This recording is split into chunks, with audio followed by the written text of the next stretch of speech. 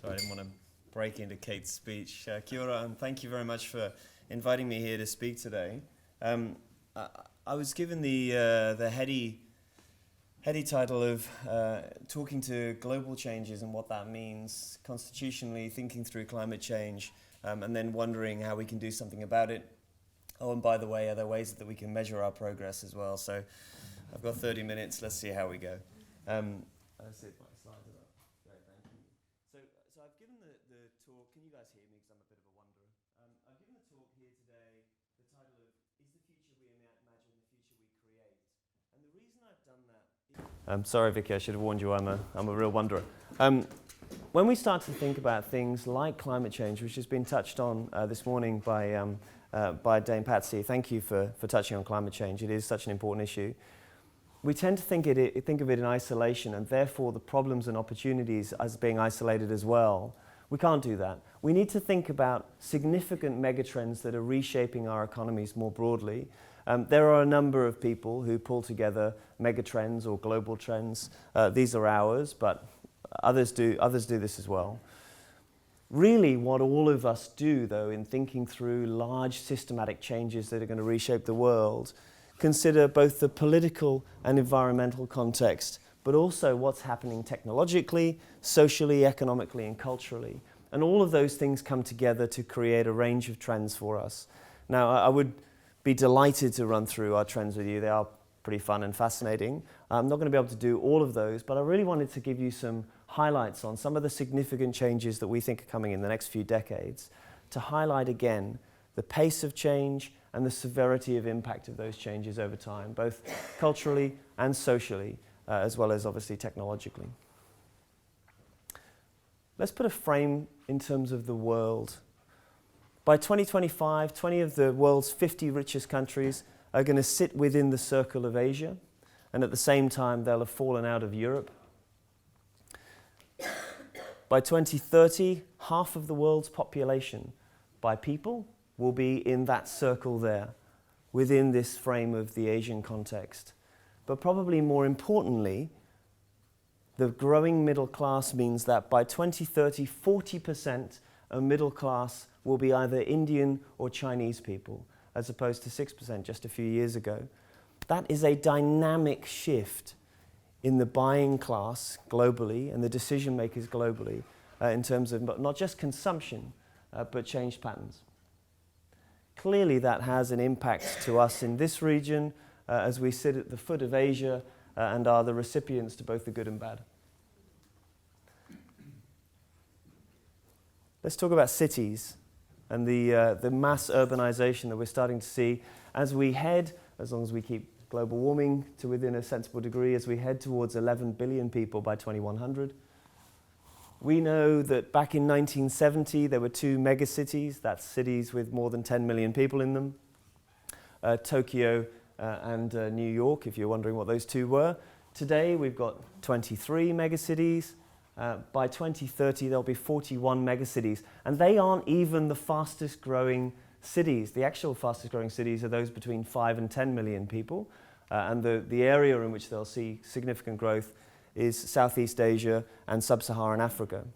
What does that mean? How does that change in consumptive patterns, both in terms of food and natural resources?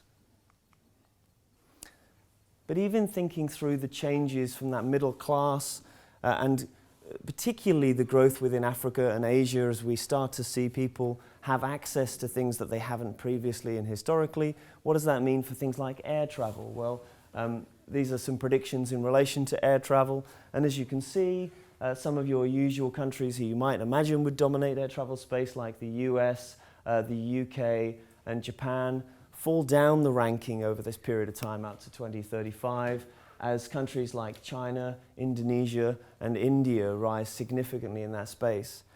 How are companies starting to think about that changing dynamic of people moving around the world, and how are they flexing their business models so that they attract them? Clearly, data and information is also becoming far more important to us. We know through the global financial crisis that in the UK, businesses which said that their primary business responsibility was the capture and utility of data grew on average between 15 and 100%, as opposed to the mass decline rates that we saw. Data is becoming the new black. It's very exciting and very sexy and being monetized at unprecedented rates. I do always put our disclaimer around privacy and ethics there, because what we are seeing in the data space, of course, is that people are using data and information in new and meaningful ways, but also the laws are slow to catch up, and we're starting to see people use data in slightly yucky ways.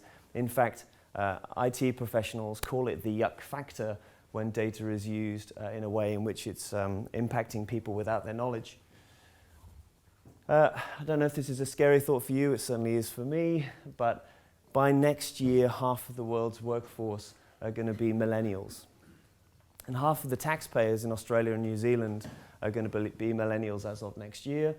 And they've grown up connected and collaborative and far more in tune with our impact on the environment than any of us have been. Their expectations are greatly changed. I was stopped only last week whilst I was in Sydney by one of my new graduates who put her hand on my arm and said, "Do you think we're doing enough?" What was important to her was that we were having a greater impact on our clients, and not what her pay cycle was, how quickly she could progress in the organization. I think we need to understand our millennials much better, because they're going to reshape our world at a much faster rate. But it isn't just millennials. This is research from Qantas. Well, actually, the research is done by Harvard Star Labs and ANU in Australia. And what they've done is they've taken Australia's richest human database, which is the frequent flyer program, more subscribed than others, and they've taken the fact that Qantas is the largest offsetter of greenhouse gas emissions, so 1 in 10 people who take a flight click the little button that says they'll offset their flights, to try and better understand who those people are and why they make those decisions, and what that means in terms of how they're seen, potentially, but also potentially how they can engage them more. And the reason they're keen to engage them more is because they are 3 times more impactful in terms of their net promoter score. So their marketing departments really want more of these people. What they find is quite fascinating. They had assumed, so their hypothesis heading into this was that we would start to see millennials and women aged between the age of 18 and 36 as the key categories of people who would offset their flights. That's not what they saw. There is actually no socio-demographic group, no gender group, and no other classification that can be attributed to the people who offset their flights. It appears to be a common value set which is held amongst all people.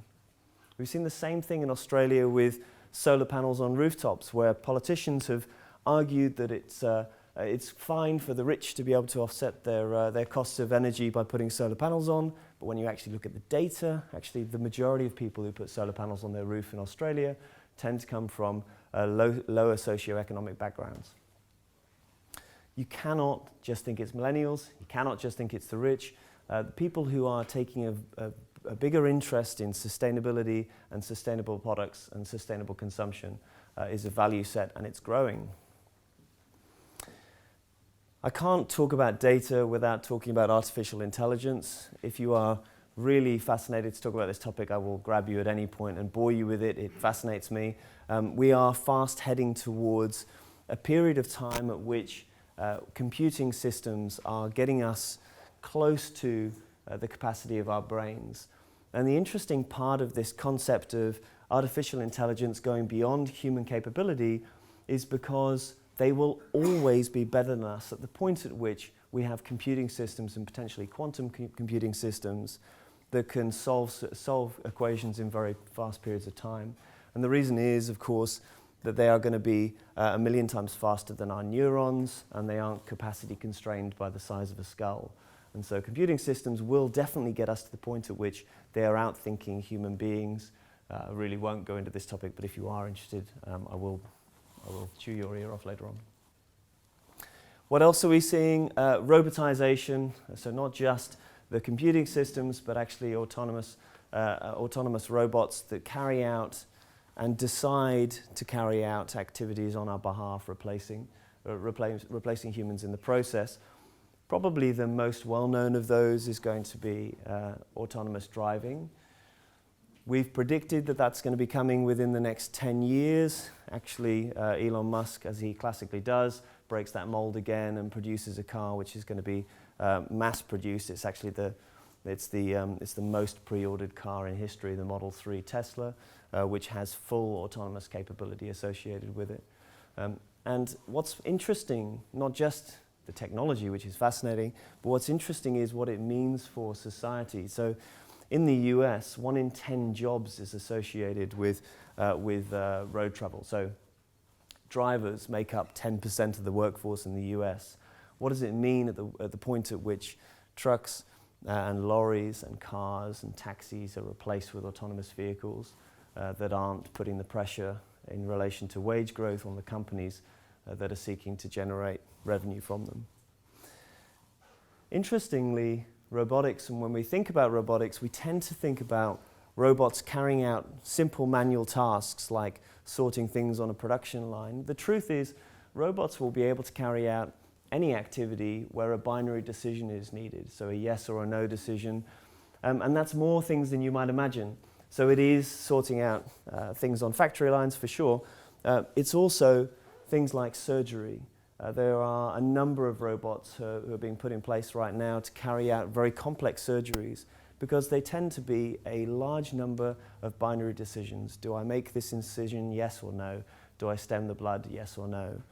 And what's fascinating is, and this is an example of the soft tissue autonomous robot, or STAR, is that they are carrying out now those activities with a lower incidence of reinfection rate. They are faster, and they are, well, frankly, they're never drunk. They're never thinking about whether or not they're going to get their kids to the cricket on time, and they meet your schedule, you don't meet theirs. Again, legislation is what's probably holding back many of these at the moment, rather than the technological advancements.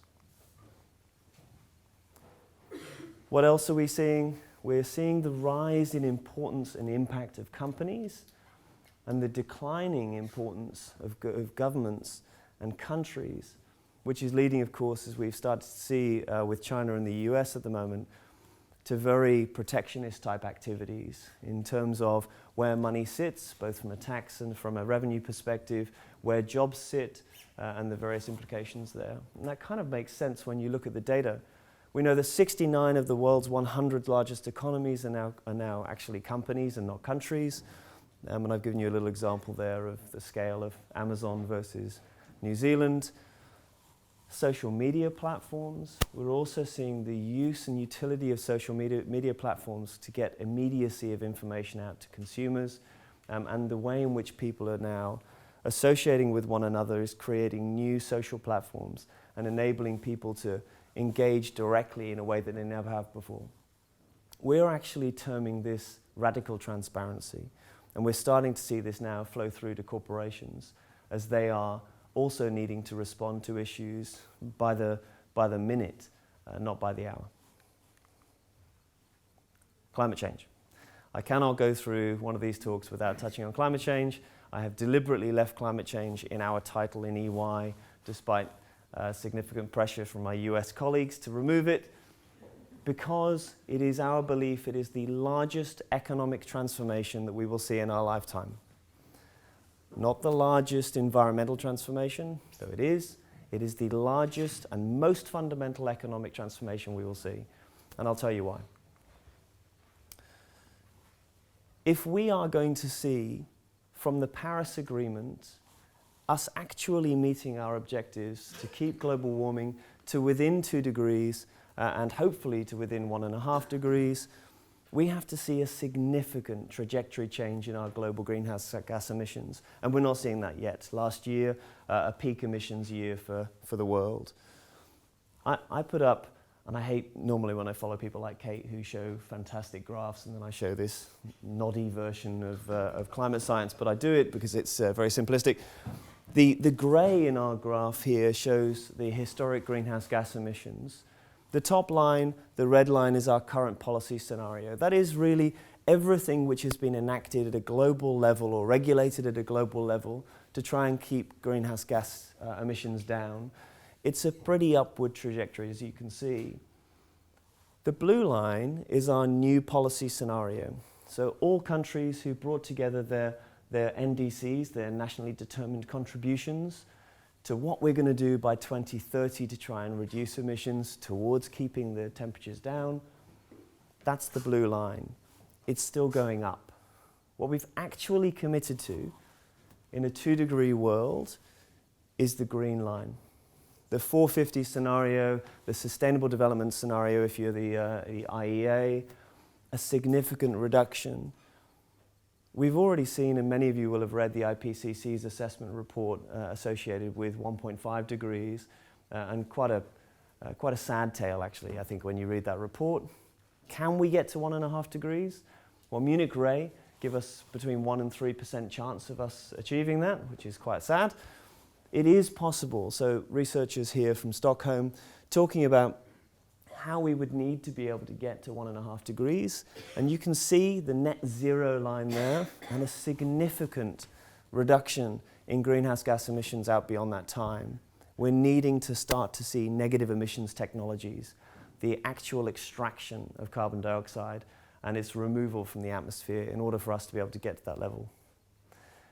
Sadly, Munich Re also give us around a 3% chance of us hitting 6 degrees.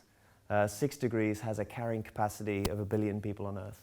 So we definitely want to head towards 1.5, then we do 6. But here's the rub. So this isn't my data. I haven't manipulated this information at all. I'm going to show you data from the IEA, the International Energy Agency. It's probably the most utilized data set globally in terms of projections of where our energy markets will go.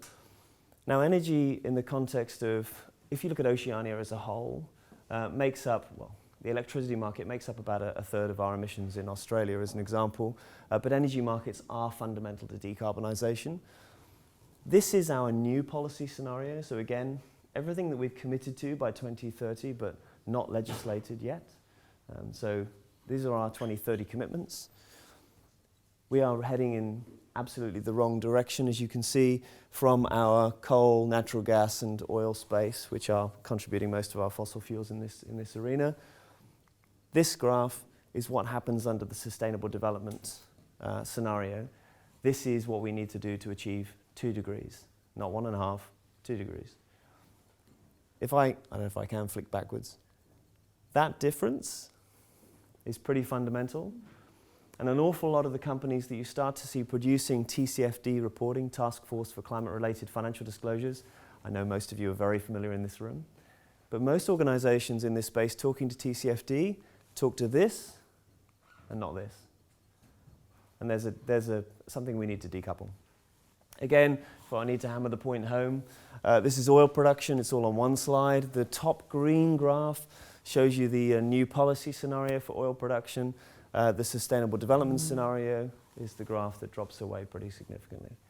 I don't know if I can underscore that, put it in bold, italics, I don't know how to tell you that, but this is the fundamental issue that we are facing when we talk about addressing climate risk in the context of 2050 and what we need to do to get there. Vicky asked that when I talk to this, I give you some examples. I live in Queensland in Australia, so I wanted to give you some Australian examples. And this is a little bit of background before I talk about risks and opportunities, but this is our emissions trajectory, our historic emissions for Australia. It's gone up and down a little bit over the last few years. It went down here, 2009. I don't know if any of you guys remember that year, but our emissions went down. It also went down pretty significantly in the 2 years there where we had a carbon price, and has gone significantly northward over the last few years whilst we've had the Emissions Reduction Fund and the safeguarding mechanism, both creating a market for carbon and also seeking to try and limit emissions from large emitters. What this is really showing you is that policy does have a profound impact at the moment in relation to carbon. So carbon isn't priced into most markets over here, at least in the context of Australia, and you can see the profound impact that that's had. What I really love about the Aotearoa Circle is its tagline, prosperity through guardianship. And what we're really talking about here in the context of climate risk is prosperity. What we did in Queensland, we did some work for Queensland government, working with Treasury there, because Treasury had started to see that companies were really starting to adopt the TCFD, particularly its framework in how they articulate their strategy going forward, and they wanted to see what the Queensland economy would look like under that framework out to 2050. So we looked at 8 sectors across 12 regional economies to try and qualitatively assess what the risks and opportunities would look like under 2 scenarios.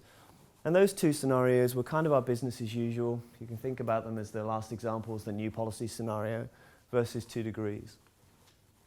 In every single example of all of the sectors that we looked at, our analysis pointed to the same thing. Heading towards a 2-degree scenario unlocked potential opportunities in the state beyond what we would see under our business as usual. Risks, largely, were also reduced because most of the risks are associated with the physical impacts of climate change and how organizations and sectors had to deal with those physical risks. That wasn't always the case, of course, and the differences aren't as big in some areas as others. For example, resources. A heavy coal state, Queensland, risks to the economy associated with the reduction of thermal coal from a 2-degree economy does have an impact to the state. However, we've started to see significant opportunities in new growth markets. For example, and there is bipartisan support and enthusiasm for this, interestingly, in Australia, we're starting to see the emergence of a hydrogen export market. In fact, an export market for energy from a country who has been very good at exporting energy products for a long period of time, but is now starting to look at how we can generate those energy products from renewable sources, whether that's HDC lines that are sending electricity north up through Southeast Asia, or whether that's generating hydrogen fuels in the form of ammonia so that they can be transported without going kabloom. Really engaging people in new energy opportunities. Interestingly, again, dispelling some of the myths of the decarbonized economy, jobs growth is also expected. In fact, even under business as usual, what is now being termed catastrophic climate risk, we actually saw economic growth in the state. We didn't see the same growth for prosperity. We saw greater prosperity and greater economic growth under the 2-degree scenario. Jobs growth is an interesting one. There's a great amount of information around growth in jobs, but what's fascinating to me, and I've shown an example here from the US, I think, is this Texas or the whole of US? This is actually the whole of US growth rates in jobs between 2016 out to 2026, and we see the top jobs in the US are likely to be PV installers and wind turbine service technicians. This is government data. The fastest growing job sectors in Texas are also wind turbine and solar PV installers, which I think is hilarious and fascinating in equal measure. Who's driving all of this? Well, it's not just governments that are driving this. It's actually the capital markets that are starting to shift and tilt on its axis to understand what opportunity looks like and how we drive towards it.